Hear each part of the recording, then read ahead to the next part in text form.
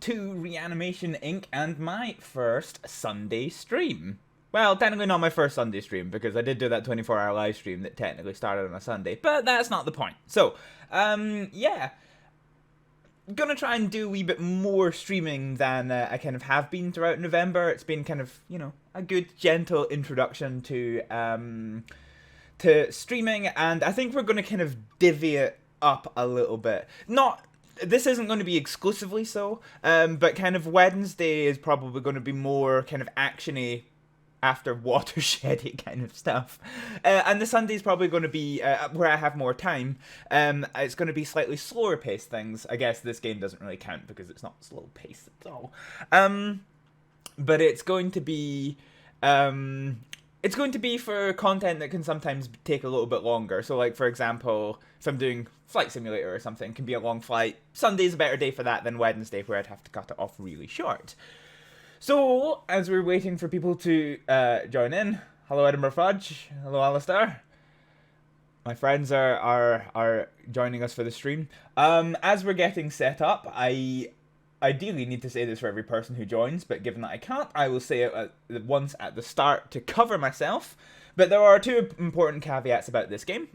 First of all, is that it is dealing with depiction and constant discussion of medical topics up to and including the death of people. So if that makes you uncomfortable or upset, perhaps this is not an ideal game for you.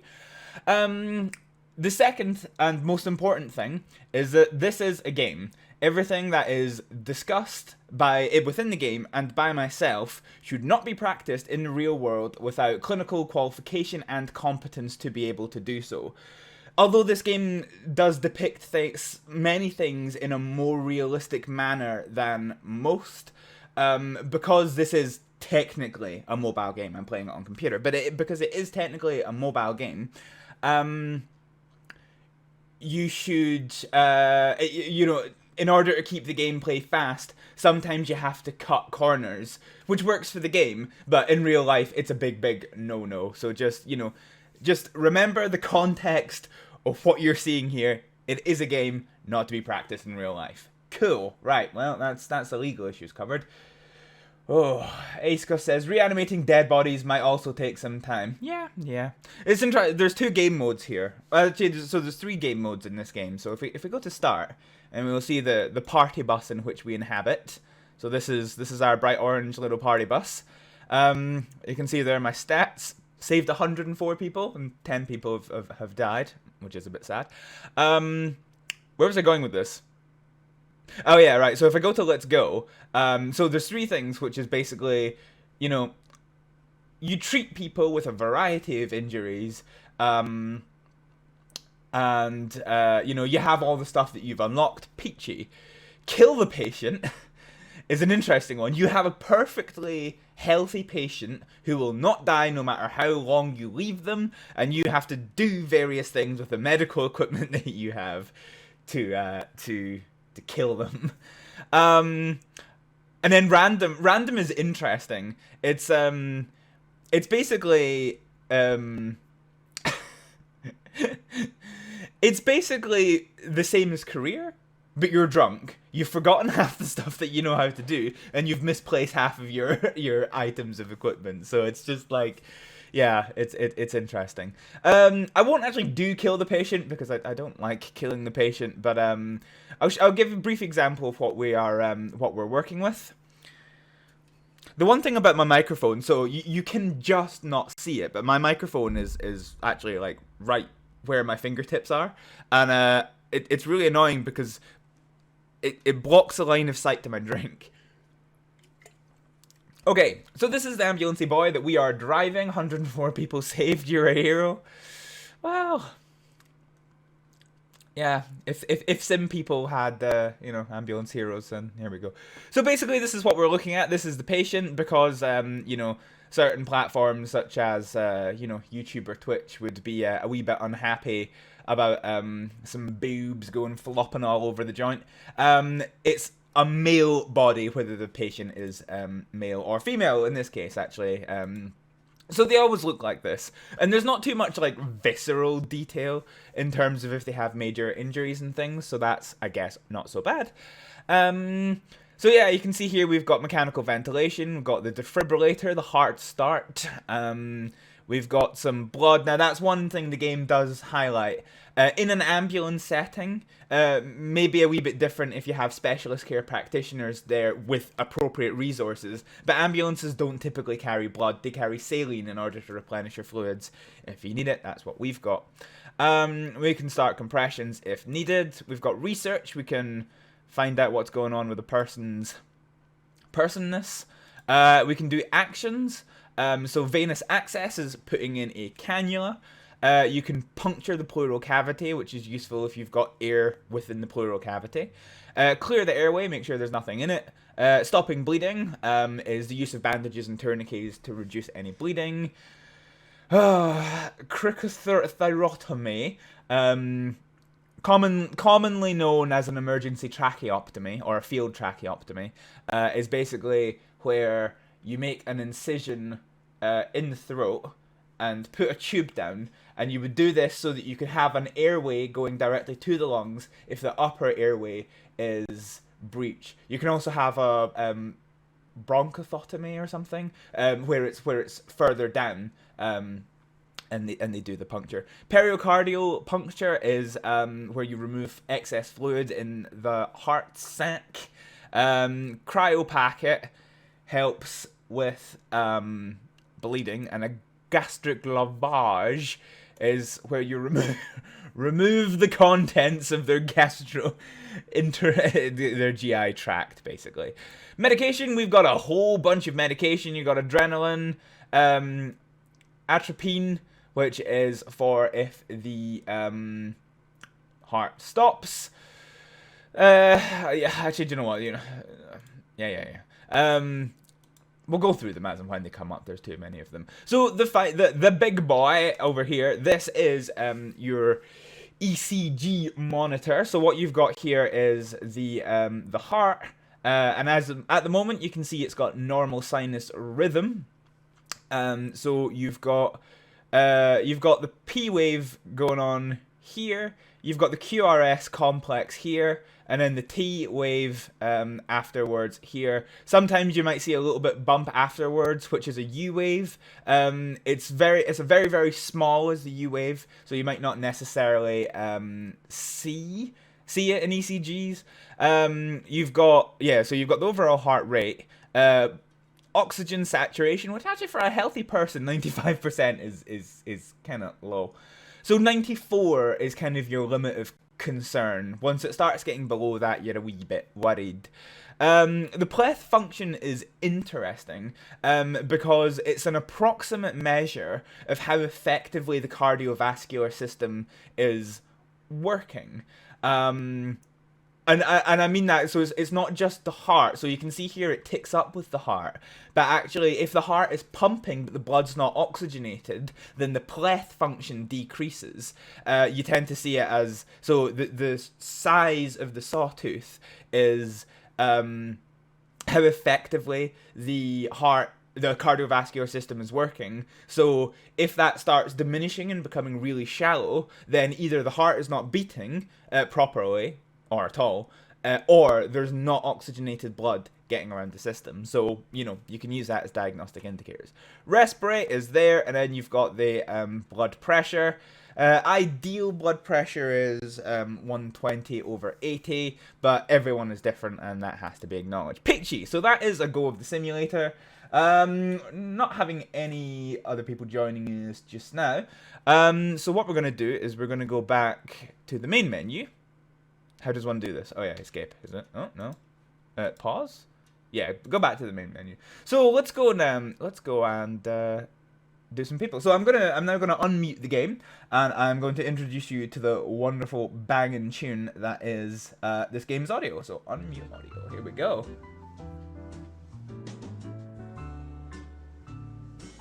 It's good beats. Right, okay, I don't think anyone else is joining us, so yeah, we'll make a start. Shots. Well, it's a wee bit early to hit absolute rock bottom. Not saying that I won't, maybe after this is done, but we'll just have to see how the stream goes. So, let's look at who we can save and why we can save them. So, and I spent a long time, I spent 8 hours in a medical lecture yesterday.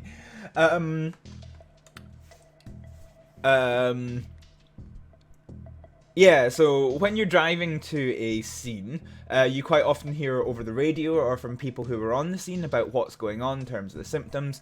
So this person, Richard Wood, grey hair in his 30s, which is tragic, patient fainted with weakness, numbness, and confused speech. Oh dear, oh dear, oh dear. So what we're thinking with that one, confused speech and numbness and weakness, they're all quite classic signs of a stroke, which is very, very, very serious. So ordinarily we would do things such as the FAST test, but because, going back to what I said earlier, this game means you kind of have to cut corners or people die. We're going to have a look at their brain function, which is something you can't do in real life. And if it's not good, we're going to move straight to medication. If it is good, possibly not a stroke, so we'll slow it down. So either way, first thing we're going to do when we go is go straight to hospital. So go right straight to hospital. Let's go. Oh, brain function spicy. Right, we want venous access quickly. Let's go. Right, okay. So we want, no, we want, no, this is one. Right, blood clots. Let's go. So the problem with, right, okay, let's try and get this one. Yeah, there's not really much we can do here. So, yeah, you can see the heart starting to brain function. We're given as much medication as we can here. But you can see that it's not, I mean, there's nothing we can do, actually. It's going right onto the, we came right in the grey bar, so, yeah, yeah. So, I didn't really get a lot of time to talk about it because this was over very quickly. So, what you saw at the beginning there was, the patient had a good pleth function, but you could see that the brain function was continuing to go down. So the problem with a stroke is that the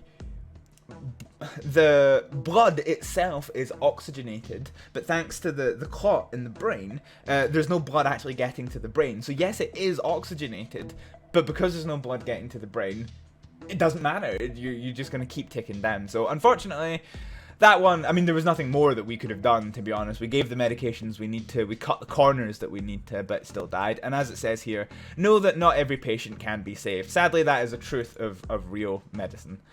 So, yeah. So, we take up one to the deed column. And, well, yeah, let's go again. If I look like I've come out of the shower, by the way, it's because I've just come out of the shower. So my hair is, like, soaked. Okay.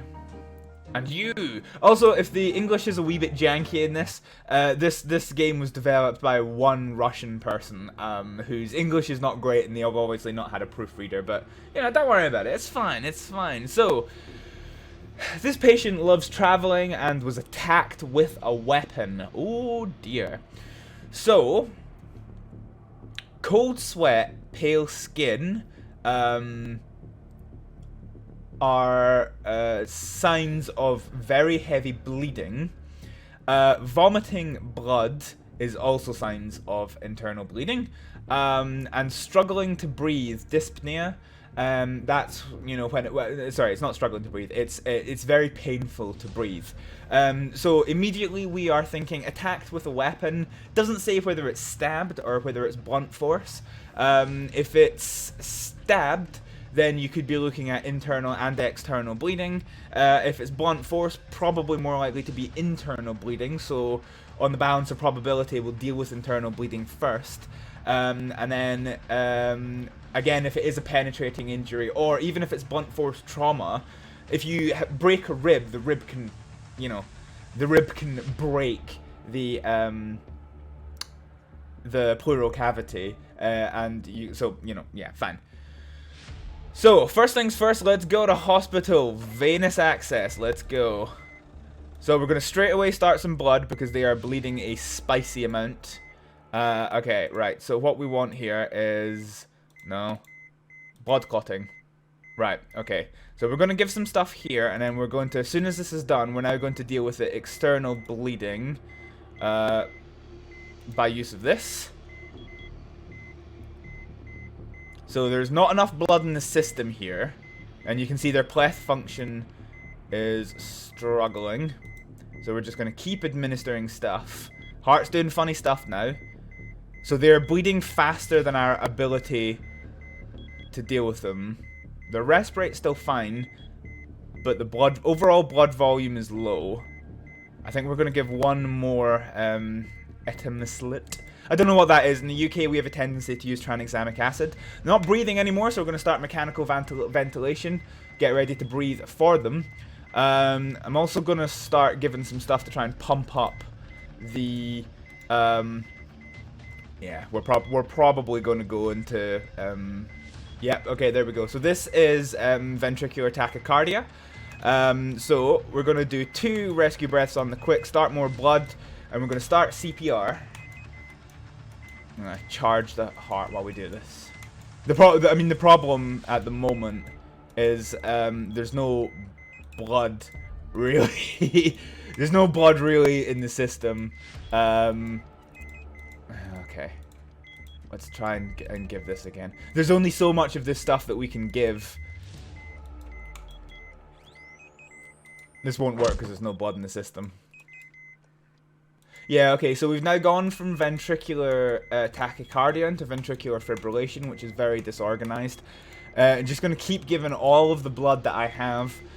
There's no blood for me to oxygenate, so I'm just, try with rescue breaths, but there's literally nothing more that I can do here. Yeah, I don't think we're gonna make it really. So there's kind of, 3 stages to what we're dealing with. Yeah, so we're now gone into asystole, which is there is just no activity in the heart whatsoever on account of there being no blood in the heart whatsoever. Try this again, but I can't get enough blood back into their system. Their injuries are way too severe, but they were technically alive when we got to the hospital. Technically. So that was internal bleeding. I didn't really see if it was external bleeding, but I think... Oh, it's internal bleeding alone. Alright, okay, fine.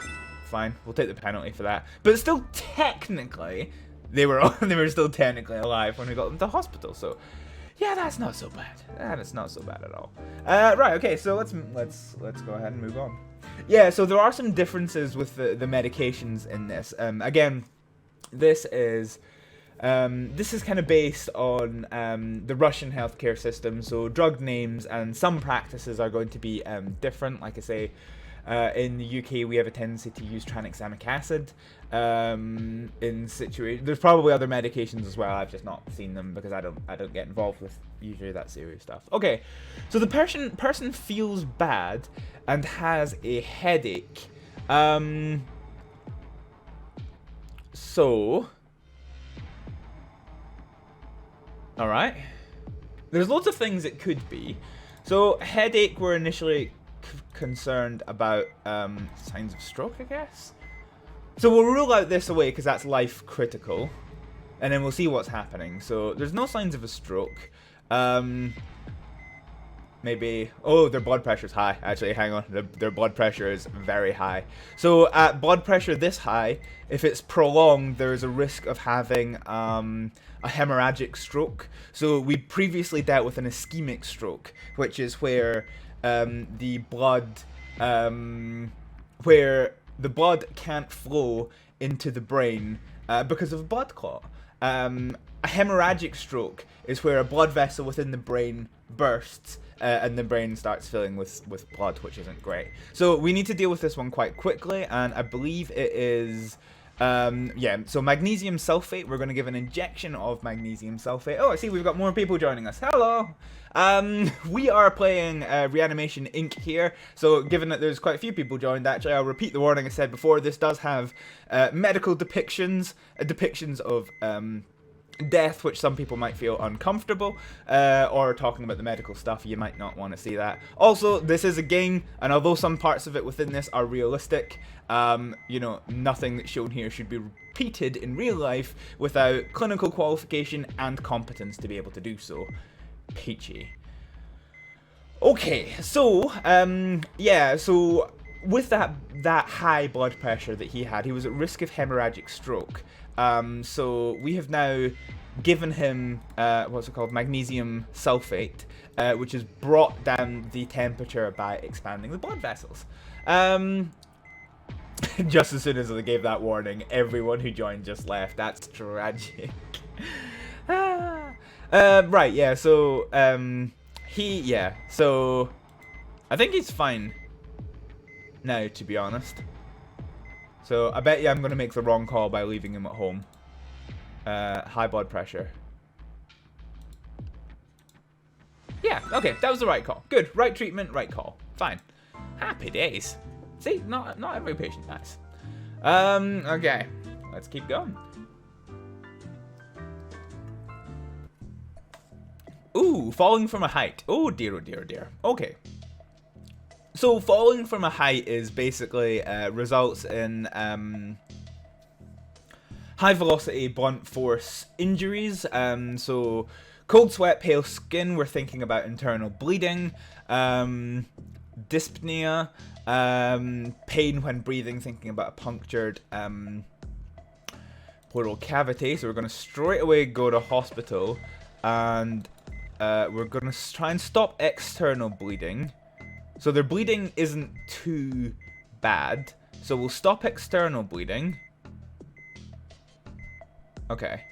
So the application of bandages and tourniquet has very clearly slowed this process down, which is fine. Now, I'm worried about their lung, so I'm just going to keep a close eye on their pleural cavity. So I think they must have landed on something, because otherwise... They're not in any pain. Huh. That's not good. That's probably a sign of nerve damage if you've got a lot of bleeding, but no, no. Yeah. So the application of tourniquet, so there is no internal bleeding, because and I can tell this because there's no blood coming out of them. I liked it. So this is a measure of how much, so the red bar is how much blood is in the circulatory system, and the grey bar is how much blood is in the organs. So, unfortunately in real life we don't have such a handy little indicator, so I choose to imagine that like that's how much blood is appearing on the floor of the ambulance. Yeah, fine. So we're gonna keep going to hospital. I think this patient is more or less stabilized, to be honest. I'm just gonna fast forward. The breath function is good, so even though they do have pain when they're breathing, I can't see any evidence that there is a puncture to the pleural cavity, possible pneumothorax. So yeah, I'm happy just to keep this going. We'll check in with them every 30 seconds. Yeah, so heart rates, yeah, everything's good. Right, I'm happy to just ride this one right into the hospital. Let's go. Wait, Joey. So that one was just bleeding. Yeah, perfect. That was good. Right.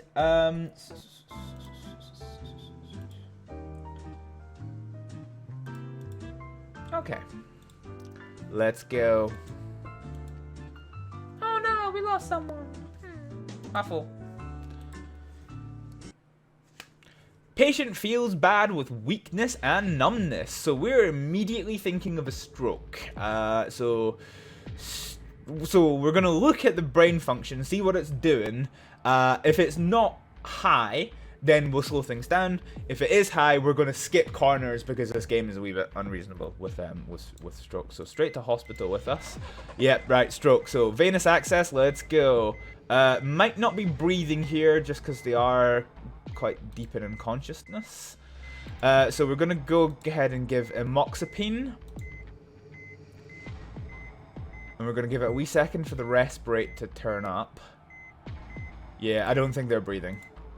So we're going to breathe for them as soon as the mechanical ventilation is done. Yeah, you can see what I mean about the pleth function gets really, really shallow when the cardiovascular system is not working. Now, it doesn't necessarily mean that the heart's not beating. It just means that there's no blood getting to... there's no oxygenated blood getting to the places where it needs to be. So let's do a repeat of the medications. So the thing about strokes... is that this brain function thing will never go up until they're in hospital getting treated. And that's true of real life. It's not something you can just treat at home and then, yeah, toss them. Yeah, fine. I was about to say, and just toss them off. But that's something else. So we're breathing for this patient, and we're giving them enough medication to try and prevent the clots from growing, and also to prevent the... to try and break down to try and improve cerebral flow. I think, what's this one? Myocardial pulmonary embolism. No, yeah, okay, fine. So that's not for this one. So yeah, we're just gonna keep going. We're 90 seconds away from hospital. We're really starting to drop the brain function a little bit, which isn't great. So let's do another round of medication. I'm not sure how much of this medication that we can give before we start getting into trouble. I'm keeping the pleth function as good as they can. They're not breathing on their own, but they're still ticking down. There is no other kind of medications I can give that would help.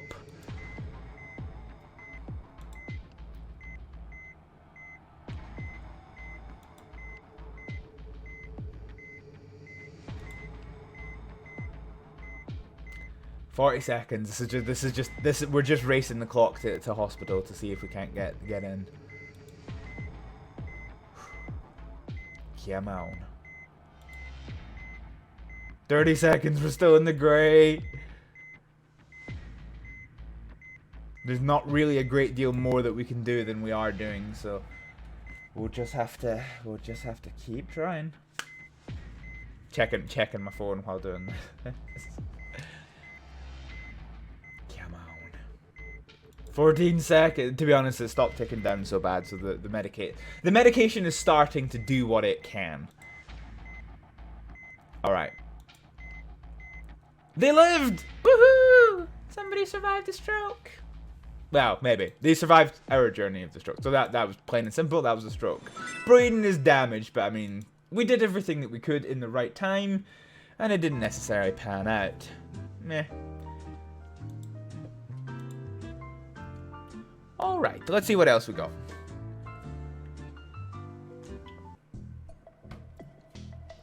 Ooh, a patient fainted and he's got the chills. So this is a problem. So this could be a fever. But also if his temperature's hot, it could potentially be sepsis as well.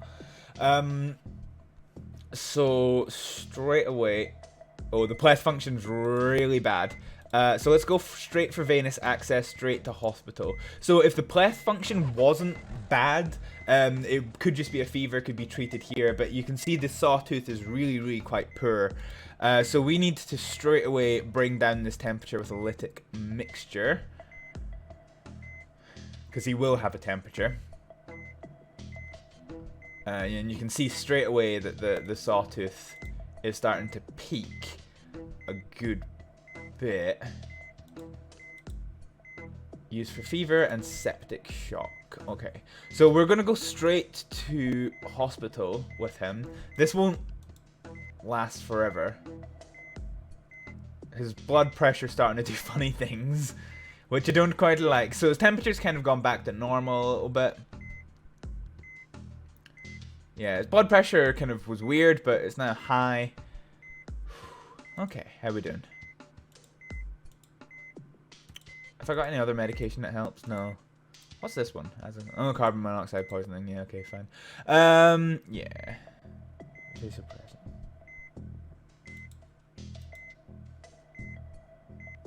Okay, cool. So what we had there was a case of sepsis, where the patient had collapsed with an extreme fever.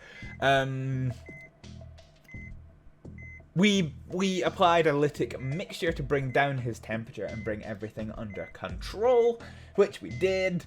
And yeah, the patient seems to be kind of peachy. So we're 90 seconds away from hospital. I'm confident enough, if I just monitor what we've got going on here, I'm confident enough that there's nothing else going on. So we're just going to get him to hospital. Yeah, pleth function's still good. Still a normal sinus rhythm, so happy days. Cool. So to hospital we are. So that was septic shock. Yeet! We got the right answer. So let's move on. Got a few more people joining us. Hello everyone. I'm not gonna repeat the warnings because yeah, I did that last time and everyone just left. Okay, so patient feels bad and he's got chest pain. So if a patient is awake with chest pain, chances are it's not cardiac arrest. It is a heart attack or possibly angina. So angina is a kind of long-term condition where people have funny stuff going on with the heart. Sometimes though you can have the medical name for it is a myocardial infarction, which is where you have a blood clot within the heart stopping it. So what we're going to do as soon as we hit the OK button is we're going to look at the ECG and see what we're looking at here.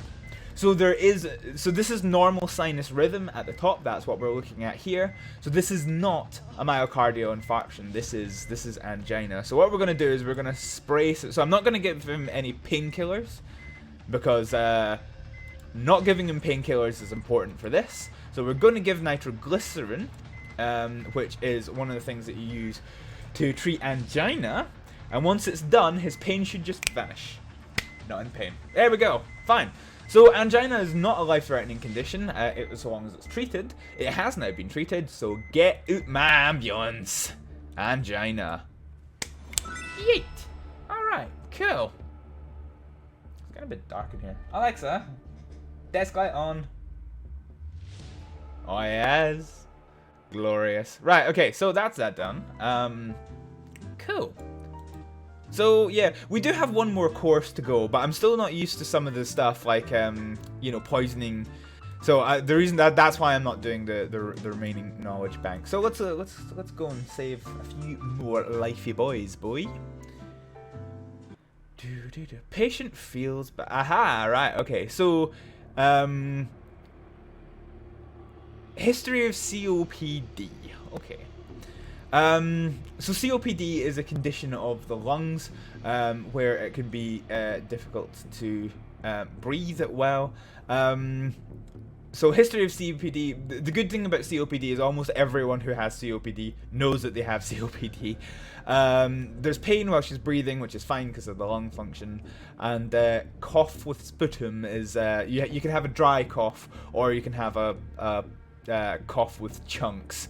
And this is cough with chunks, so we are gonna go to hospital. Oh, their heart. Okay, never mind. Right. So straight away they've gone into ventricular tachycardia. So this is now an emergency. We're gonna start charging the defibrillator. Get ready on compressions. Compressions. 1, 2, 5, 6, 7, 8, 9, 10. 11, 12, 13, 14, 15, 16. Right, straight away I'm going to give medication to get us out of this. There is medication for COPD, but I'm not going to have time to look it up just now. So we're going to go try and shock. We're going to go for 2 rescue breaths. We are still in ventricular tachycardia, so 5, 6, 7, 8, 9, 10, 11, 13, 14, 15, 16, 17, 20, 10, 9, 8, 7, 6, 5, 4, 3, 2, 1, and we're going to do 2 rescue breaths. We're going to let that charge up, and we're going to quickly relieve COPD. This is what we wanted. Right, so this will hopefully start. So we're now borderline going into ventricular tachycardia. No, sorry, ventricular fibrillation here, which is a stage worse than ventricular tachycardia, which is a big problem. So we're going to try 2 rescue breaths here. We have sinus rhythm again. So we don't know if we can hold it. So we're just going to breathe. The heart is beating on its own. Patient isn't breathing, so we're going to keep breathing for them. The blood pressure is starting to come up. Good. Which is great. Okay. We're still breathing for the patient here, but their blood pressure has normalized. Their pleth function has normalized. The heart rate has gone back into normal sinus rhythm. Alright. Cool. So I got caught a wee bit off guard there because the plan of action I wanted to take for dealing with COPD got overtaken by the fact that the patient had gone into cardiac arrest, which, you know, yeah, isn't great. So what we administered was Ufilin. I don't know how you say it. I don't know how to say most of these medications. Which is a bronchodilator. I know what bronchodilators are. They expand the vessels within the lungs, allowing a greater intake of oxygen into the lungs, increasing the lung function, increasing the amount of blood, oxygen in the blood. They are now breathing on their own, so I'm no longer mechanically breathing for them. Everything is nice and stable, so yeah, well, that was a wee bit scary, wasn't it? Okay, let's get us to hospital. Cool. So that was a spicy COPD. Yeet. Cool. We saved some lives. Alright. Alright, let's go.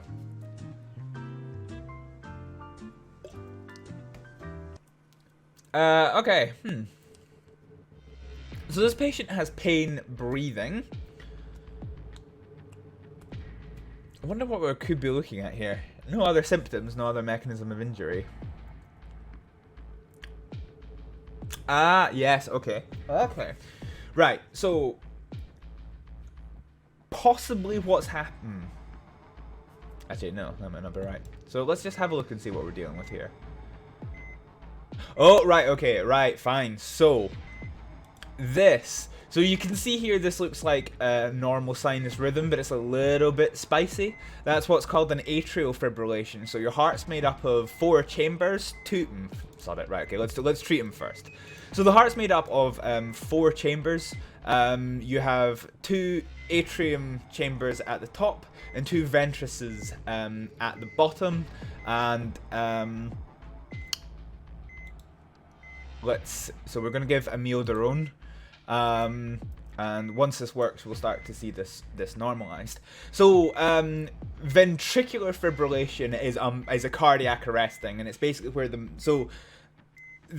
atrial chambers take blood into the heart, and the ventruses pump it around the body. That's the long and short of that.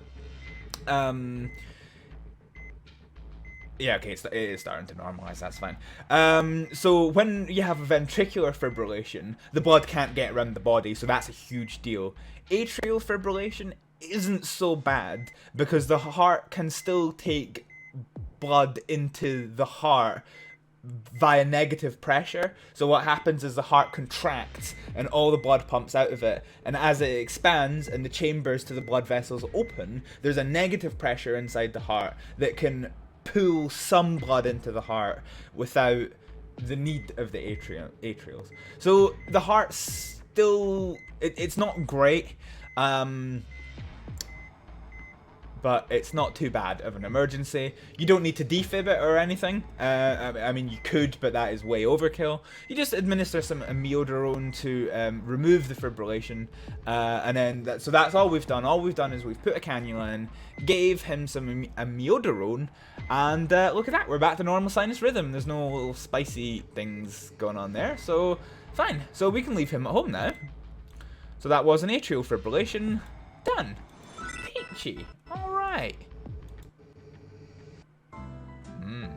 Okay, let's see what our next patient brings us. Why not? Why not? Why not?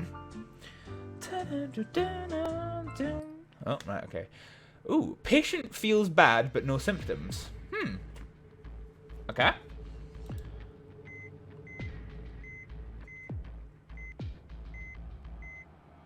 So we're looking alright. Sinus rhythm, heart rate fine, pleth function good, oxygenation good, breathing rate is just loading, and blood pressure is fine.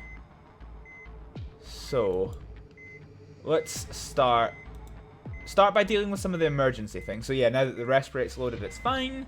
So let's have a wee check for any signs of stroke. No signs of stroke, that's fine. So let's start looking at other things. He's not breathing anymore. Okay, let's get ready on mechanical ventilation. Why is he not breathing?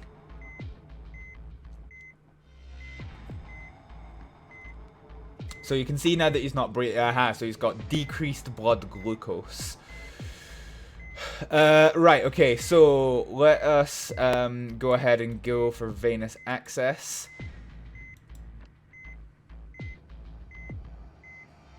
And we're going to start getting to hospital just because he's not breathing. You can see the heart starting to do a wee bit of funny things. So we're breathing for him. Venous access is in. Crap, I forgot what it was actually. Is it decrease? Was it decrease? I didn't actually read it properly before I closed it, which was a problem. So it's decreased glucose hypoglycemia. So we're going to go ahead and give some glucose. So he's still not breathing. Pleth function starting. Okay, so yeah, let's just keep going with mechanical ventilation. Oh, we've got 2. He's breathing on his own. 4. 2, 4, 6, 8. Who do we appreciate? His respirate is still pretty low, which I'm not happy about. Hopefully that oh, 16, right, okay, there we go. Fine. Yeah, okay, that's not so bad. So we've given him some glucose. Because he stopped breathing for a little while, yeah, that's not great. If you have extended periods of low glucose, yeah, you can have, you know, diabetic comas. I mean, yeah, it's it can be pretty bad. I know that before the invention of insulin, for example, I heard a horrible story about a hospital in the States. There were hospitals elsewhere that were like this, but they had a ward for I don't know, was it like a ketatonic coma or something? There's a specific name for it. I can't quite remember what it is.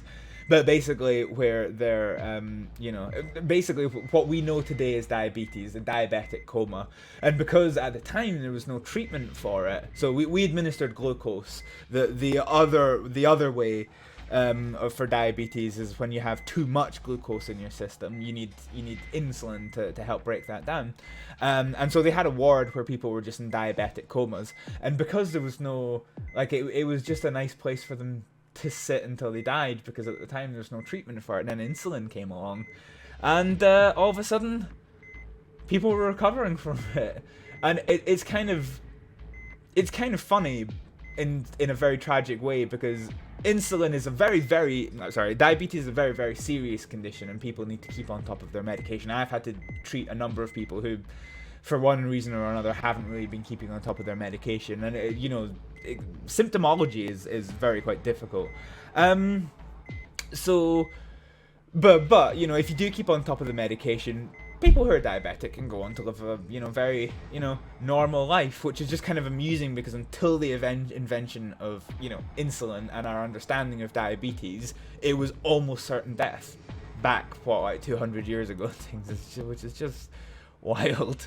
So this should say hypoglycemia, not hypoglycemia, but it is what it is. Here we go. So right diagnosis, right treatment. Happy days. Let's rock on to the next case. See what it gets. I've kind of unlocked mostly everything, so you know, yeah. The patient feels bad. Symptoms. Oh, okay. So we've got another one here. Right. Oh, straight to hospital. Right. Fine. Mechanical ventilation. Venous access. Heart start. Let's start compressions. 1, 2, 3, 4, 5, 6, 7, 8, 10, 11, 12. Straight away, we're going to go for medication of amiodarone. So this is a cardiac arrest that we have found on the street. The heart, as you can see in the top left corner, actually, well, no, you can't see it because my face is not so bad. So this is ventricular tachycardia. So we're going to shock this. We're going to give some adrenaline to try and keep the... And we've got sinus rhythm back. This is good. This is great. One shock, and we've given sinus rhythm back to this patient. So we're going to... They're not breathing for themselves. So we're just going to keep breathing for them. Their blood pressure's a little bit high, but I'm not too worried about that. Particularly given the fact that they've just kind of been dead for a little while. You know how it is. Okay, so hopefully this starts to normalize as things get back to normal. We're still breathing for the patient, so that's a bit... Still not great, but we're already on the way to hospital. You can kind of see it with the gentle kind of moving of the ambulance. Probably more so if I put on the silly sirens. It'll literally just make some random squawks every now and again. It's not great, but this is about being in the back of the ambulance, not driving the ambulance. So we're still breathing for the patient, but everything's actually looking good at the moment. And he's now breathing on his own. Happy days. So what that was, when you see the heart, and it's got these big up and down peaks of a kind of consistent amplitude and consistent pattern, that is ventricular tachycardia. So tachycardia is when your heart is beating very fast. So if your heart was beating significantly over 100 beats per minute, you would say that your heart is tachycardic. Now, you can make your heart tachycardic by doing exercise and whatnot, and that's fine. But if it's a resting heart rate of over 100, you would say that that's a tachycardic heart. However, ventricular tachycardia is slightly different in that it means that the ventrices are beating so fast that there isn't proper function from the ventrices, and so when you see that consistent abnormal pattern, the heart still has good strength, just it's in a disorganized beating pattern. When it starts to become very chaotic in terms of amplitude and frequency, that's when you're starting to talk about ventricular fibrillation, and that's when there is very little electrical energy in the heart, and what is there is very chaotic. You usually need to work on improving the strength of the amplitude of the beat by increasing pressure and reducing fibrillation, by giving medications and good effective CPR, which then allows you to shock it back into sinus rhythm. Of course, the final one is asystole, where there is no activity from the heart whatsoever. So that was a ventricular... No, it was... Well, yeah, so this game chooses not to differentiate between ventricular fibrillation and ventricular tachycardia, because functionally, they're both cardiac arrests. The pathway of treating them is slightly different. Ventricular tachycardia is to shock. Ventricular fibrillation, you could shock, but you might have to have several shocks plus medication plus effective CPR in order to... So yeah, the game doesn't differentiate, but we saved this person's life. Woo! I do like saving people's lives. Alright, let's go.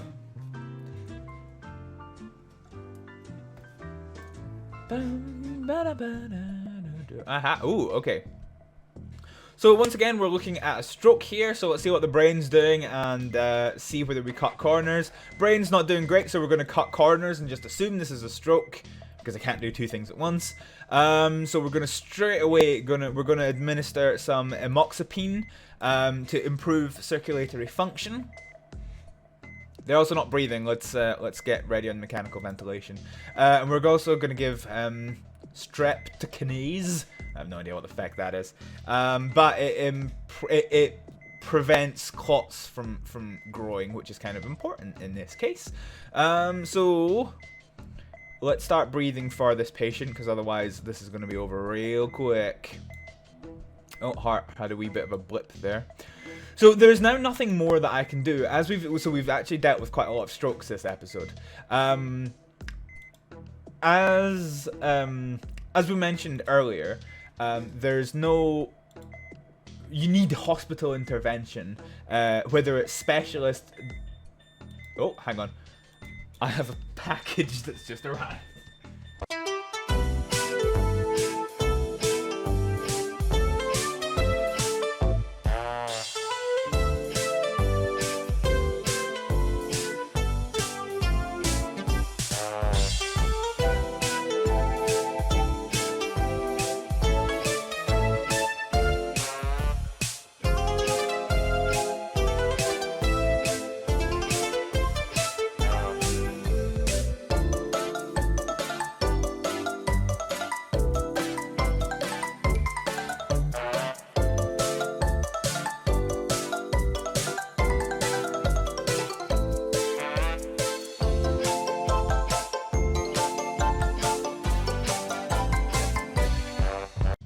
Ha ha ha! I have me a box, but that is not important for today.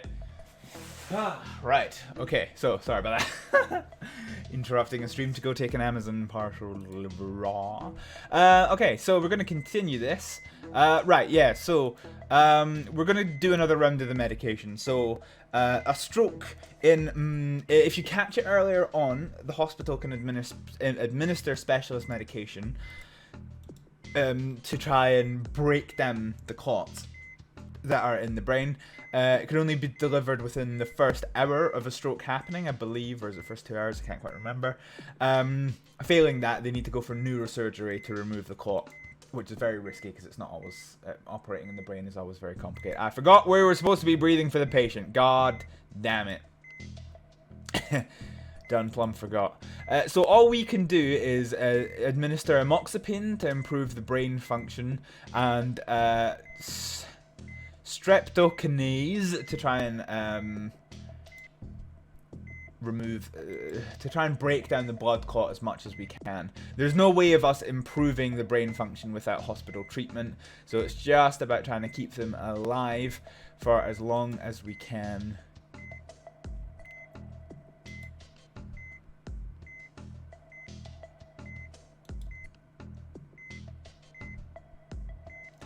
Okay, 40 seconds until we get to hospital.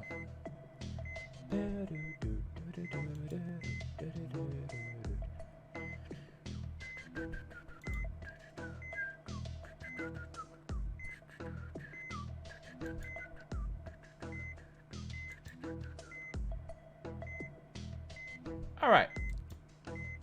I think we've done as much as we can, to be honest. We'll just yes in the last few seconds. So that was fairly simply a stroke. Done as much as we could, as quickly as we could. And there we are. Cool.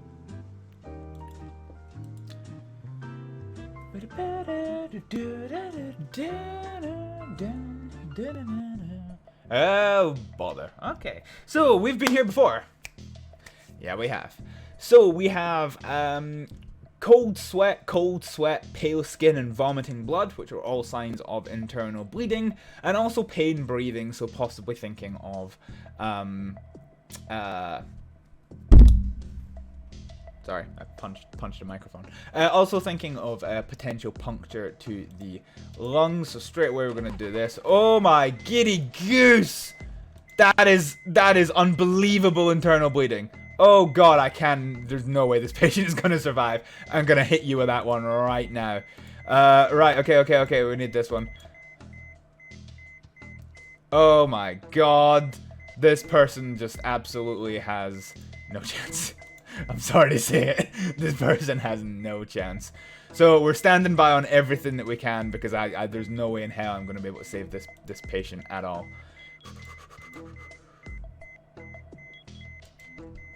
Okay, we've got no breathing. We're going to do a quick puncture of the pleural cavity just in case they are... Okay. Still not going up, so we're going to progress to emergency thoracotomy. Start blood infusion again. Ventricular tachycardia. Oh boy. Right, okay, before we do this, I want to give one more useful out of this.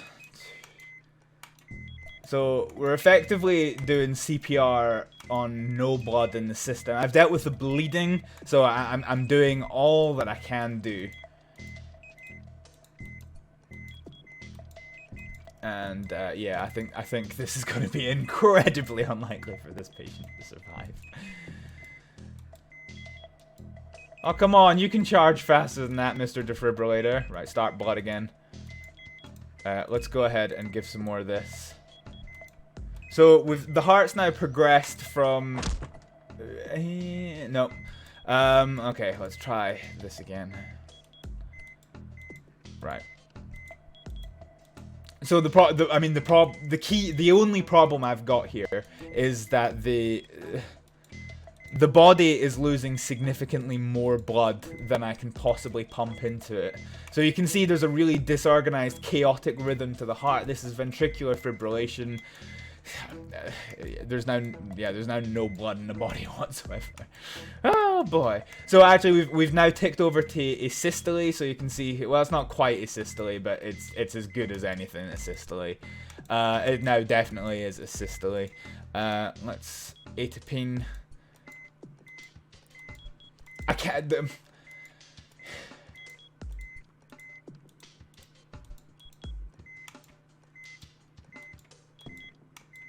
Yeah, I'm about to run out of blood. Oh, come on! 16 seconds to hospital to start the last blood pack. Jesus. Come on. Yeah, there's not really much that we can do here. We're trying to pump around nothing that's in the body, so. Oh boy. So that was internal bleeding. I didn't really see that oh well, apparently I was right. It's hard to say, but I didn't really see any signs of pneumothorax. Didn't really see any signs either of, well, they weren't breathing actually straight away, so I wonder if that counts as trauma. Okay, right, I was right without those ones. Oh well. Fine. Technically they were still alive when they were at hospitals. That's good enough for me.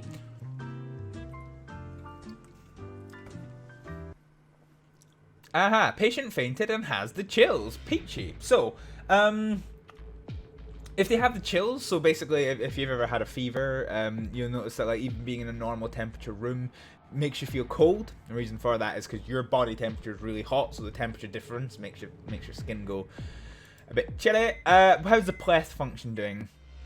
Pleth function's looking not too bad, so that doesn't make me think this is sepsis. If it was sepsis, you would probably start to see reduction in the function of the cardiovascular symptom, but we've not got that one. So this game annoys me in that, so in real life, this wouldn't be a fever, but this game takes 36.6 as the absolute perfect temperature, and anything above that, even slightly, is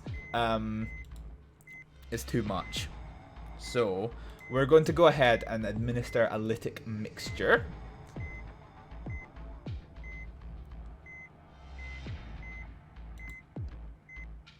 Lytic mixture, which we've done. So, we're just going to rule out anything else that might be going on here. So, at the moment, heart is sinus rhythm, pleth function good, respirate respirate is good, blood pressure is fine. Everything else is fine. So let's just have a little look. So if we go to temperature measurement now, we should be all good. Hopefully, fingers crossed. Yeah, so 36.7. Yeah, so that's fine. Oh, hey, Teeny. Good to have you along. Okay. So, again, we're just going to rule out anything else. I've done this in the wrong order, but I think we're probably in the clear. I think. Not detected. So do some check of the glucose. Don't think this is going to be a stroke, thankfully. Yeah, glucose level is absolutely normal. Don't think this is going to be a stroke, but we'll have a check anyway. No signs of a stroke, that's good. The last thing that we can do is have a wee listen to the heart, because if you... Oh, hang on, what the hell is that heart doing? That's not good. That's not good at all. Yeah, okay, so there's no heart tamponade, which is fine. So, get out my ambulance, boy! What am I looking for? What was the initial diagnosis? The initial diagnosis... Oh, crap, I forgot. We did... It was fever. Yeah, I'm doing good, thanks. How are you getting on? I'm a little bit tired, actually. I stayed up all night till like 4 o'clock in the morning on Agnes stream playing 7 Days to Die, which I haven't played in years. So yeah, that was fun. Right, let's see about buying some upgrades. I think that's probably a good one, actually, to speed up some operation. The things that we can do. Let's use some Holodollar bill to buy some more sacks of blood. We've unlocked all the medications that we can. Yeah, I don't want to make it too fast because this game's already over like pretty quickly. So, okay, we'll deal with education off camera because otherwise. So our next one's a monophasic defibrillator. Ooh. I should seal the airway. Yeah, okay, let's oh, hang on. Ventilator. Automatic oxygen supply. Yeah, okay. Let's go ahead and buy that. Let's go ahead and upgrade our defibrillator as well. Are you going to be learning some things in this medical stream? Well, yeah, I mean, oh, I've not got enough money. Well, yeah, absolutely. So I will, now that you're here, repeat the warning that I've given now 3 times. In that this is, and this is not just you, this is absolutely everybody, that this is a game. And while some things are depicted realistically, some things are not, and corner cuts have to be done. So anything that is shown or depicted in this game should not be done in real life without clinical competence or qualification to do so. So if you wonder what my qualification is, hang on, let me go see if I can find what I'm looking for. It should be on my couch, but I don't have a couch. I actually just have a pile of clothes. So yeah. All right, let's see if I can't take this headset off, and I will show you my fun little tidbit of kit.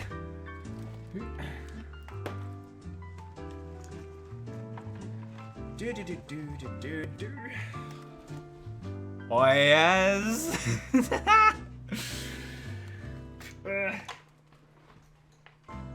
So that is me helmet de la ambulance. I am a volunteer. I volunteer in the first aid sector, patient transport sector, and I'm also training to be a rescue ambulance crew person, which is why I have that helmet. Still has the ambulance decals on it.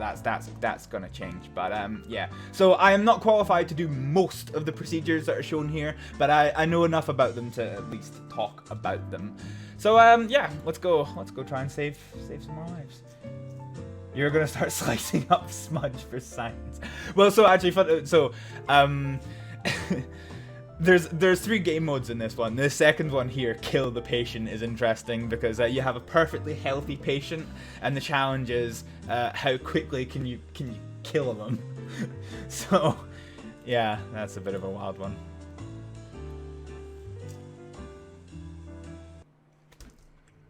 Okay, right.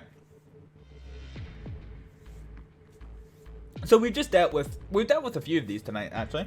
Symptomatology here is that they've got the chills, which makes me think that possibly a high temperature. So we're going to have a look at the pleth function, see how well the cardiovascular system's doing. If it's peachy, we're looking at fever, which is what we just dealt with. If it is not peachy, we're possibly looking at septic shock. It's sawtoothing pretty good. Yeah, we'll wait for that one to reset, and then we'll deal with that one.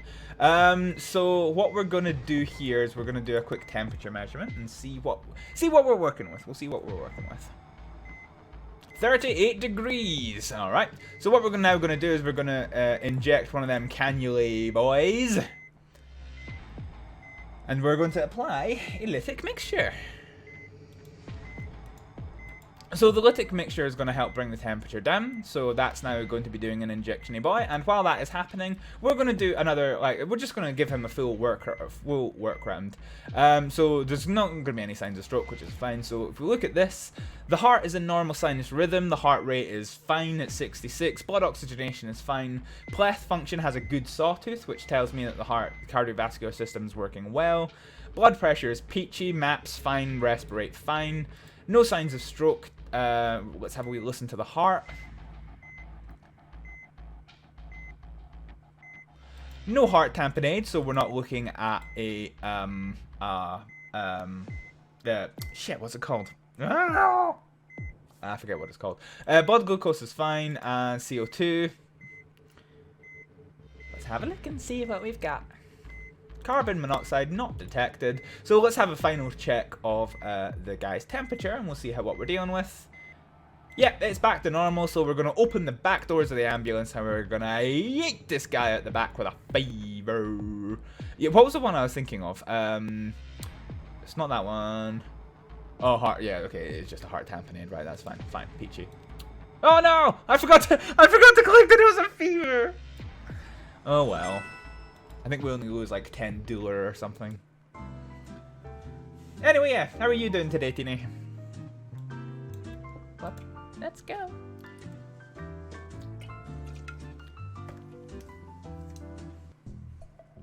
Ooh, okay. Patient had a car accident. High velocity, blunt force injuries. Possibly thinking of internal and external bleeding. Yeah, he loves cats. Let's see if we can't return him back to his cats. So straight away we're going to go to hospital, and I can see that we have bleeding. It's actually not too bad. I can't see any external signs of blood. That doesn't necessarily mean there's not any. So we're just going to, and you can see that stopped nothing. So we're going to go for venous access, and we're going to administer some... I'm just going to call it tranexamic acid. Oh, hello. Pleth function is dropping. We're going to start an infusion of blood. And we're also going to administer a cryo packet to the torso. Enjoying a cozy wee Sunday. That's nice. It's good. I'm glad my boiler's fixed, so now I can finally have some. This is nice and cozy in my flat. I'm like a little pensioner. Because my mum for Christmas she got me a little heated blanket, so it sits underneath my desk, and I just plug it in. It's one specifically for like sitting on the couch or like sitting at your desk or stuff, rather than for a bed, and it's nice, keeps me warm. Okay, how are we doing for blood loss? So that one single sack of blood has done us reasonably well. The patient's in sinus rhythm, pleth function good, breathing rate good, arterial pressure is good, but they're still ticking down with some blood loss. So we're going to go ahead and administer some more tranexamic acid. Hopefully try and control that internal bleeding a little bit. But we're only 40 seconds away from hospital, so happy days. So basically what's possibly happened here is if they've been driving, they've possibly gone forward into the steering wheel or something if their car didn't have airbags. It's caused a little bit of internal bleeding, no external bleeding, which is fine. Nothing that suggests that there's any other damage other than what's bleeding. Actually, okay, we're going to have to start another blood infusion. Yes, it is very cozy. My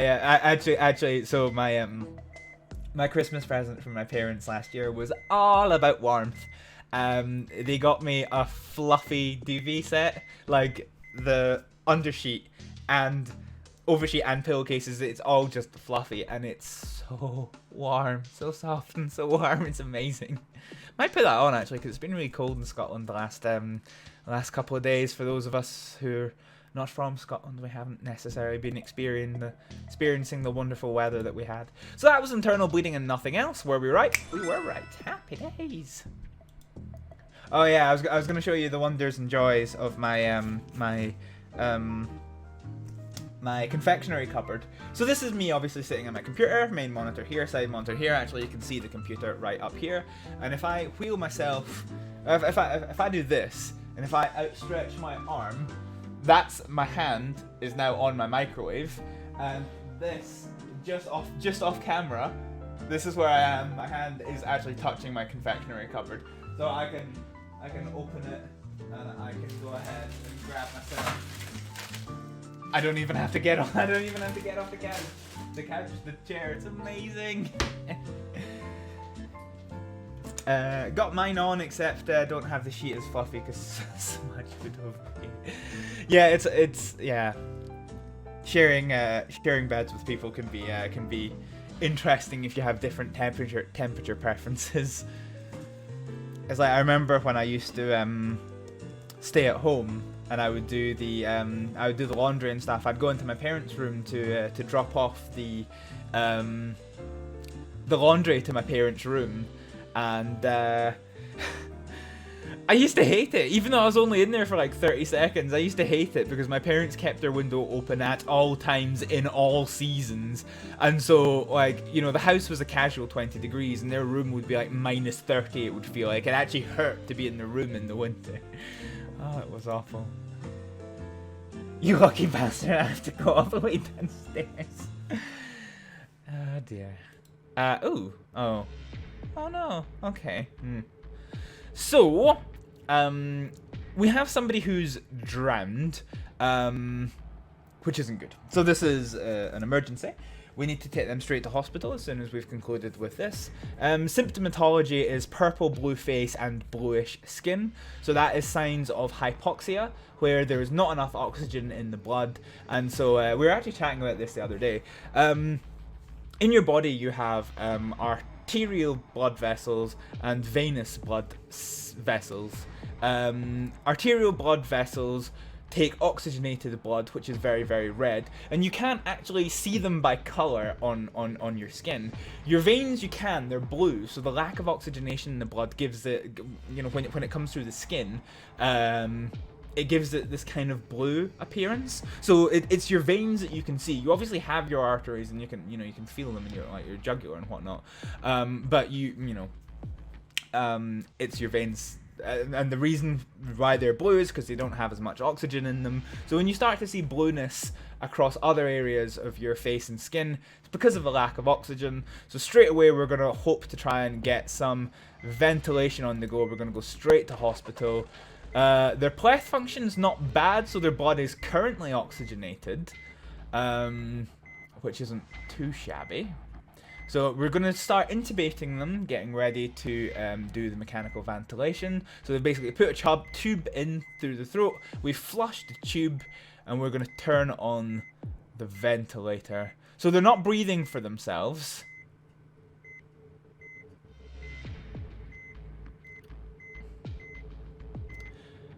Okay. I'm thinking there is so we're going to unclog the airway. So we've unclogged the airway, and that's helped significantly, which is good. You tend not to do it in this game. So in real life, in a real first aid situation, you remember your ABC. So the first thing you would do is clear the airway. But as I said right at the start, and I've said it throughout this game, this game takes place over such short time scales that you need to cut corners, or people are just going to die. So yeah, clearing the airway tends to be one of the last things you actually do, which is weird. But yeah, clearing the airway has unobstructed what we've got. Teeny has popped away for a little bit. Alright, so I'm confident in that we've stabilized the patient, so we're going to pop back to base and see what we've done. yeah, everything's nice and stable. So that was asphyxia, and that was it. Peachy. So we still can't afford the upgraded heart start. So we shall keep going. Chills. God damn it! Why is everyone got a fever today? Okay, fine. Chills. Okay. So they've got poor pleth function, and the pleth function is absolutely plummeting. This makes me think this is sepsis. So sepsis causes your internal functions to not do very well at all. So the oxygenation isn't too bad, but straight away I'm going to apply a lytic mixture, and that's just going to hopefully straight away start working. So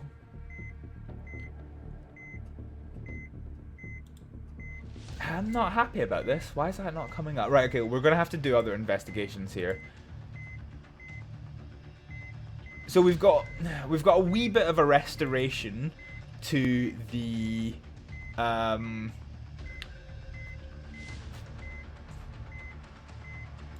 yeah, okay.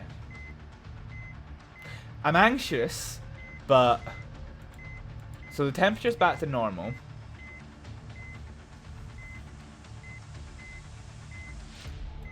No signs of a not on signs of a stroke.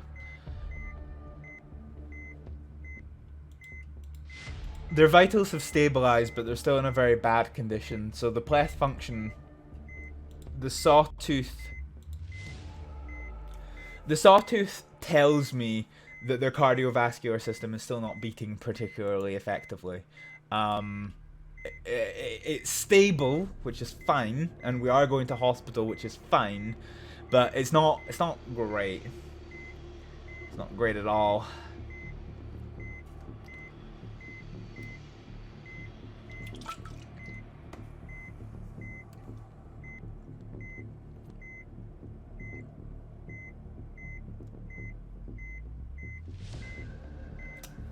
Still stable. Yeah, right. So let's just keep a close watchful eye on what's going on.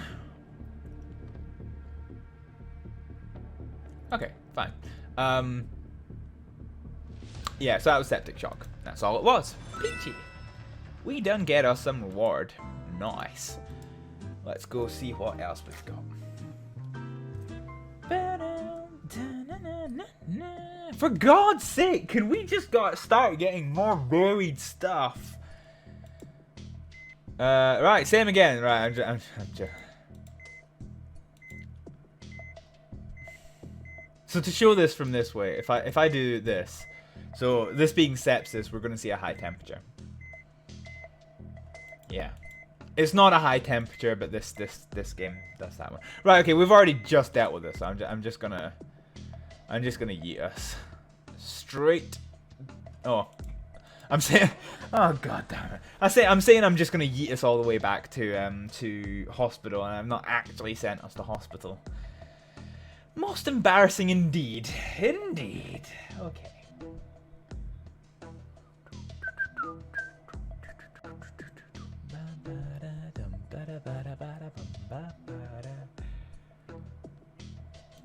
Seeing as we're waiting, actually, seeing as this is somewhat on topic, I shall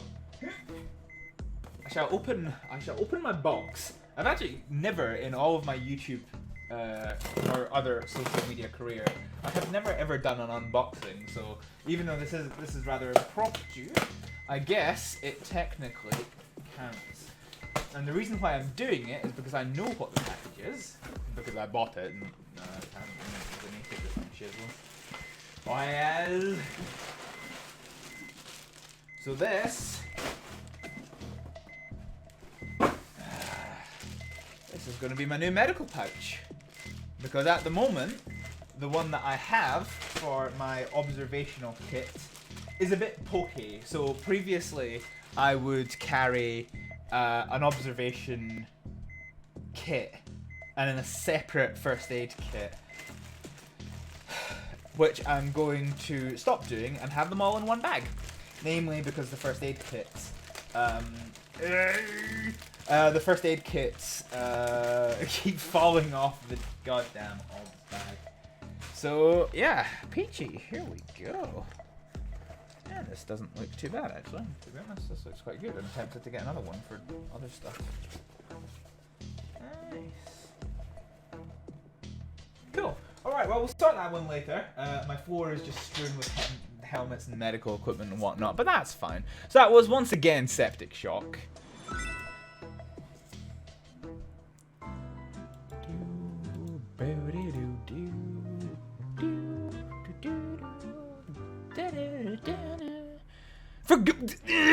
Honestly.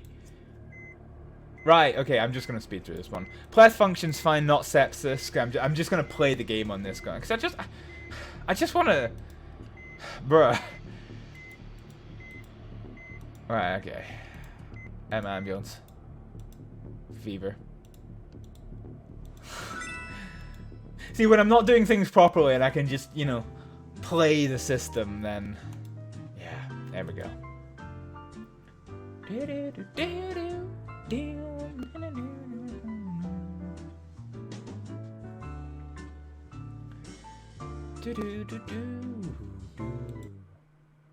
Oh. Alright then. Game just crashed. Well, that was fun. So now you get to see the warning that I explained to you verbally, but actually this is what yeah. This is not educational material. Let's go. Who have we all got in the chat just now? Is anyone? Teeny's away. Alistair's not said anything for a while. Fudge is not said anything for a while. Cool. If anyone's still here, say hello. What? Oh yeah, okay, right, fine, we're fine. Right, okay, let's go. Let's keep saving some lives. Yay! Okay, so the patient feels bad with abdominal pain, nausea, and vomiting. I wonder if we're possibly... What are we looking at here?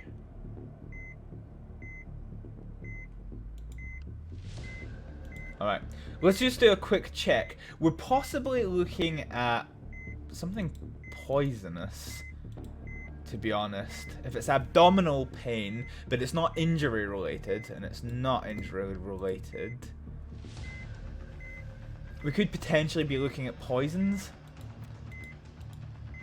CO2 level in the blood.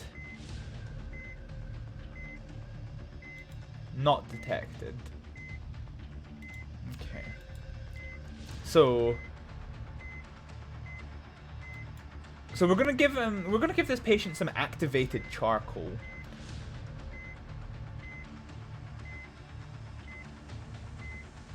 And we're also going to clean out his trumpet to basically try and flush anything that might be in his system out of his system, which we've done. Okay, fine. So we're going to progress to hospital just because I can't quite remember actually how serious the poisoning is in this game. So we're kind of stable. Yeah, we're still stable, so that's fine. We're just going to yeet all the way to hospital.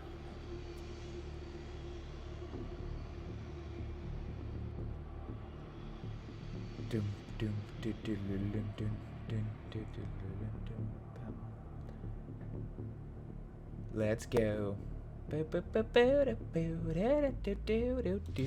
So that was poisoning. Yeah. Okay, we were right. We were right, and we did the right treatments. One thing I want to check. Let's go look at this. So we're gonna look at poisoning. I'm just gonna skip over this. Poisoning kind of fire.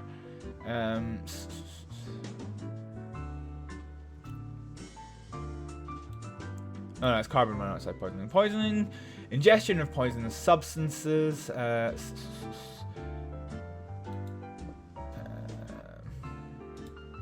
Right, okay, so we're just going to take a quick look at poisoning. Condition is not critical, so actually we don't have to take them to hospital. But we did anyway, I mean, it doesn't. Yeah, okay, fine, Annie, you'll probably be a wee bitey unhappy with us. But yeah, okay. Patient had a car accident with nausea and dizziness. Oh dear, oh dear, oh dear. Okay, so nausea and dizziness following a car accident makes me think that possibly something has happened to the head.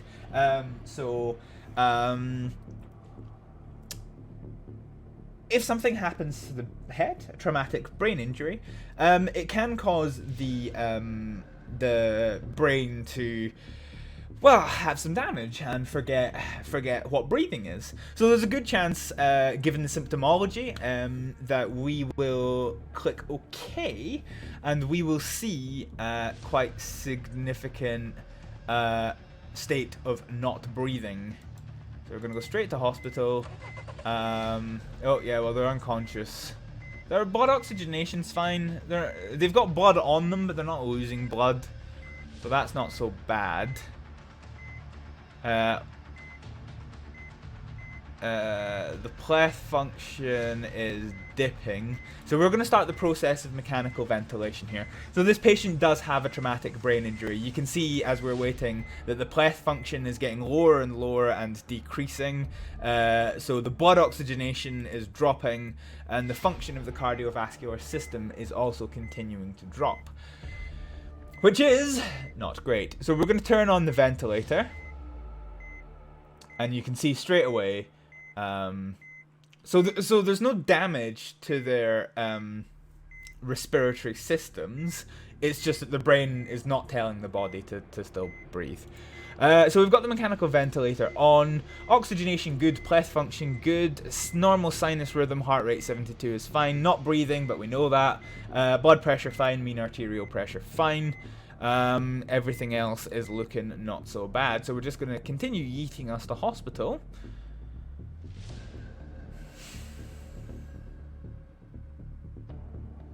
Let's go.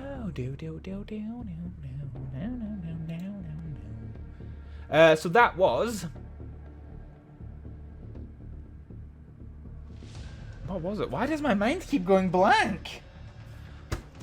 Traumatic brain injury. God, I see that screen and everything that was in my head just completely goes out of my head. It's just... bruh. Okay, so we still can't afford anything new, so let us progress to the next medical case to deal with. Patient feels bad with abdominal pain, nausea, and vomiting. So we're probably... so we've got weak abdominal pain. But we're probably looking at poisoning again. So, nevertheless, we will do the full shebang. We will do our full range of investigations. So, in extended cases, poisoning can result in unconsciousness. But because this game doesn't deal with acute poisoning, only really food poisoning, it's a kind of... they appear normal. Their obs are completely normal. So... let's rule everything out, and then we'll declare it's poisoning.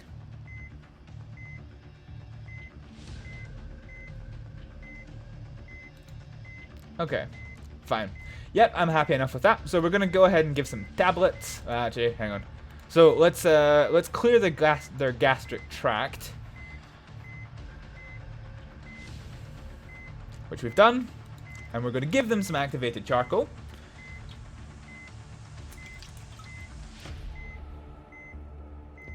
Which we've done.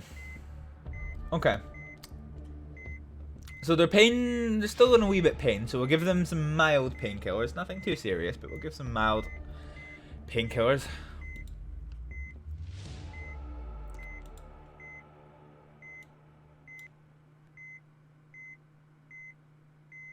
Okay. So the patient has had their poisons cleared from their system. Their hearts. So the funny thing is, and this is what I like about the kind of the more realistic sections of this game. So the ECG, this is normal sinus rhythm, but you can see it's not exactly there's an element of randomness to it, so the shape is slightly different, you know, each time.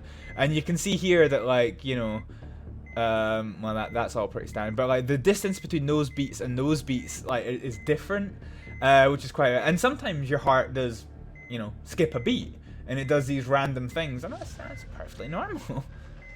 So yeah, there's a good example of a short one and a really long one. That's fine. Anyway, I'm pretty sure this guy is fine. So let's he's got poisoning and we left him at home. Good. We did all the right things.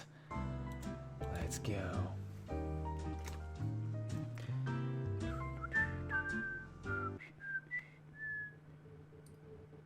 Let's have a quick look and. Right, okay, so numbness and confused speech. Oh bother, we're thinking of stroke, so straight away let's get there. Venous excess, let's go. Not really breathing for themselves, so that's a problem. So let's start the ventilation process, and yeah, this is absolutely, definitely a stroke. So we're gonna use amoxapine straight away.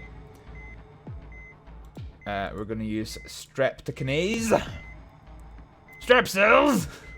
It's not strepsils. Right, okay, we're going to use more amoxapine. We're going to turn on the ventilator. Try and improve the flow. So they're not breathing on their own. So we're going to try and improve the flow of oxygenation. Right, is there any other thing? Vasodepressor increases blood pressure by constricting.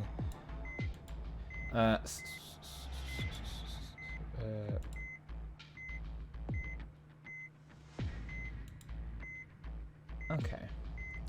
I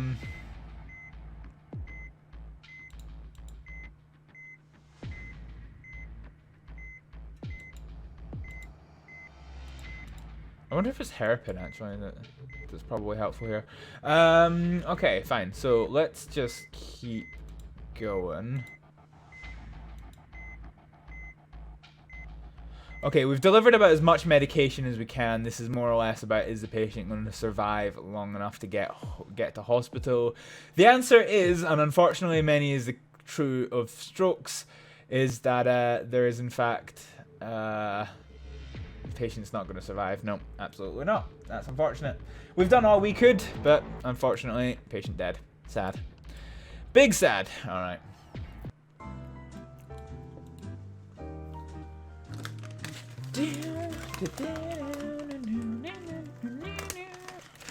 For fuck, right. I don't know why we're only getting the same things continuously, but it's hurting me in my happiness.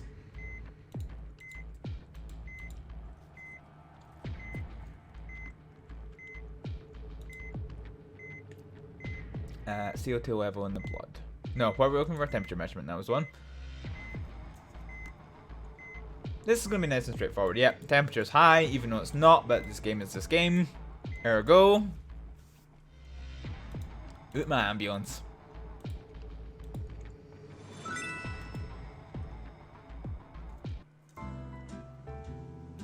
I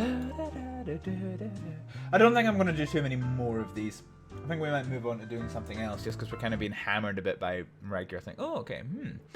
Patient feels bad with weakness. Interesting.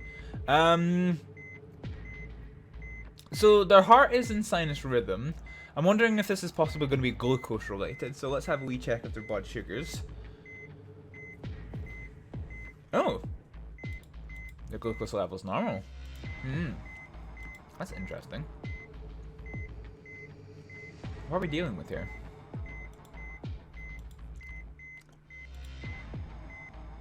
So the heart rate's higher than I would like, but the pleth function's okay. I wonder if we're dealing with a tamponade. The heart rate's coming up and up and up, and blood pressure is coming down. I wonder if we are dealing with a heart tamponade actually. So we're going to have a listen to the heart. So it sounds like a heart tamponade. So what we're now going to do is we're going to do a pericardial puncture. So basically what this is the so what a heart tamponade is when you have fluid within your heart. So your heart is encased in a sac. It's called the pericardial sac. And if fluid gets into that sac, it can prevent the heart from working properly, not by disruption of the electrical signals, but just by simply not giving the heart space enough to beat effectively. So the way to do that is to very carefully inject the pericardial sac with an empty syringe, remove the excess fluid, and then let the heart continue beating, which is what's been done. So I think we're gonna, I don't think there's any need to repeat it, but we're just gonna go straight to the hospital.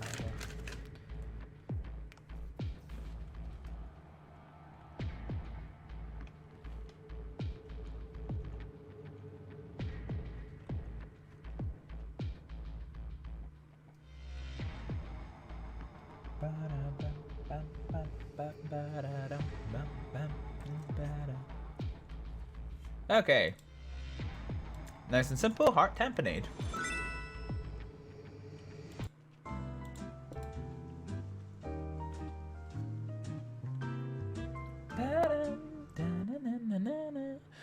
Patient feels bad with weakness again. Seem to be getting the same things over and over again. It's just annoying. Alright, symptomatically they're fine, so let's just listen for the heart. We might be repeating the exact same thing we've just done. Oh, look at that! What a surprise! Alright, fine.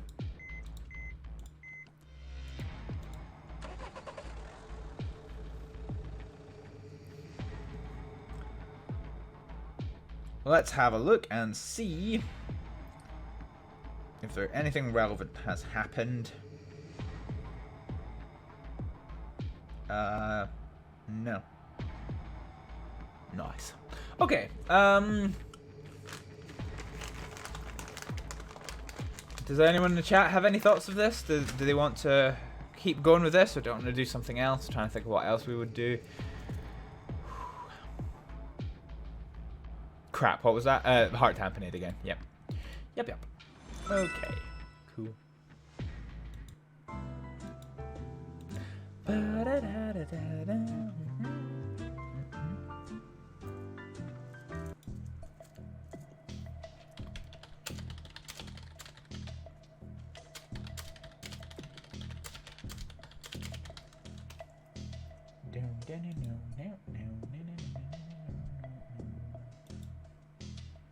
All right, let's go. Ooh, finally we get something. We get something spicy. So what we've got here is somebody who's been in a fire. Okay. So fire. You're possibly thinking of burn injuries. You're thinking of damaged airways. You're thinking of potential exposure to CO2. And so possible traumatic injury. So straight away we're going to go to hospital here. We're going to go for CO2 levels. So they're not breathing, so that's not great. Carbon monoxide detected. So we're going to go straight for the veins. Yes. Right, okay. We're also going to have a quick clear of the airway as well. Right, okay. So we're on the way to hospital. We're going to give this for carbon monoxide poisoning. You can see there's very little oxygenation going on. So we're going to turn on this. So we're starting to get a little bit of recovery in terms of the pleth function, which isn't too bad. So the patient's still not beating. The patient's still not breathing, but the mechanical ventilator is now keeping them alive, which is good.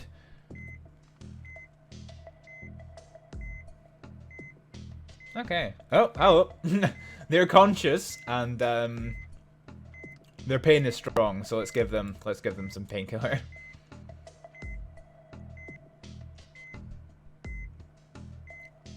Okay, so they're now not in pain. But they're still not breathing, which isn't great. Okay, fine. But they're stable. That's the main thing. They're stable, and we're going to be in hospital in 40 seconds. So that's not so bad. So we're just going to keep it going. Obs looks fine. Ergo, we shall get to hospital now. Yeet. Okay. So what we were dealing with there is CO2 poisoning. And I'm gonna say traumatic brain injury. Oh, got that one right. Right, okay. I think they weren't they weren't asphyxiated. So I think we'll just leave it at that. Yeah, perfect. Good. That was the right calls, right decisions. Let's go.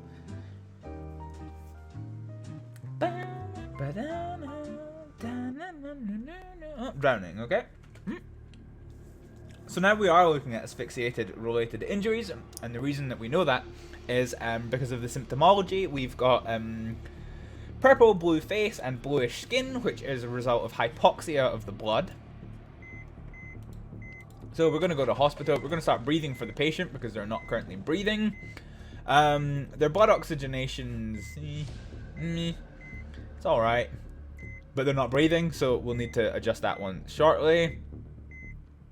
So we've inserted an airway. We're now just flushing the airway with a little bit of an injection-y boy. And we're going to hook it up to the ventilator. We're going to turn on the ventilator. Oh, yeah, actually, hang on. We need to clear the airway as well. Come to think of it.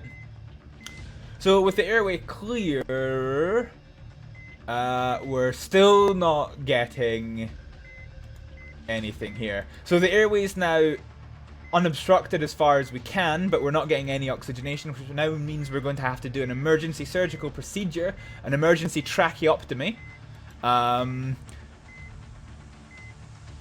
which is, as you can see there with the scalpel, we're actually now cutting into the trachea in order to insert a second airway.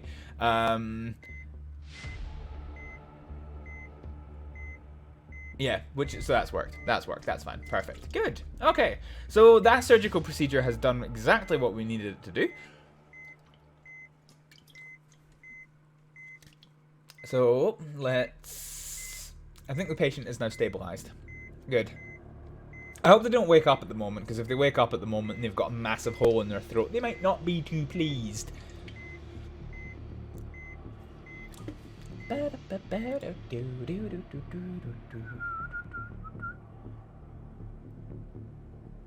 Yeah, right, okay, fine.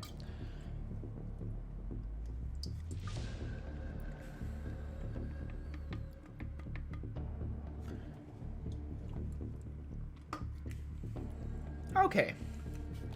So that was that. Pretty. So that was asphyxia. Yeah, perfect. Done. Alright, okay. The stream's been going on for a little while. I think we're probably going to do something else.